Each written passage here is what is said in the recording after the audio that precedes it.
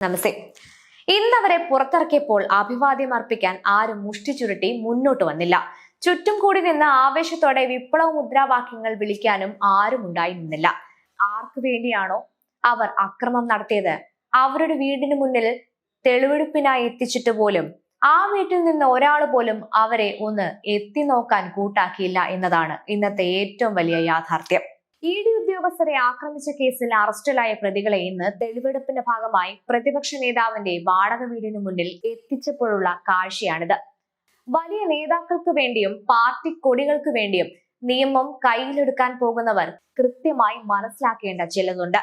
ഇവിടെ നഷ്ടം ആർക്കാണ് സംഭവിച്ചത്? ആർക്കു വേണ്ടിയാണോ അക്രമം നടത്താൻ ഇറങ്ങിപ്പുറപ്പെട്ടോ ആ അക്രമികൾക്ക് മാത്രമാണ് ഇവിടെ ജീവിതവും കുടുംബവും നഷ്ടപ്പെട്ടത്. നേതാക്കൾ അവരുടെ സുരക്ഷിതമായ കോട്ടകളിൽ ഇന്നും സുഖമായിരിക്കും. പക്ഷേ അവരുടെ വാക്കുകൾ കേട്ട് തെരുവിലിറങ്ങി ജീവിതം നശിപ്പിക്കുന്ന അണികളെ തിരിഞ്ഞു നോക്കാൻ പോലും അവസാനം ആരും കാണില്ല എന്നതിന് ഇതിലും വലിയ ഉദാഹരണം വേറെയില്ല. ഇനിയെങ്കിലും അന്ധമായ രാഷ്ട്രീയത്തിന് പിന്നാലെ പോകുന്നവർ കണ്ണു തുറന്ന് ഈ യാഥാർത്ഥ്യം തിരിച്ചറിയണം. സത്യാവസ്ഥ.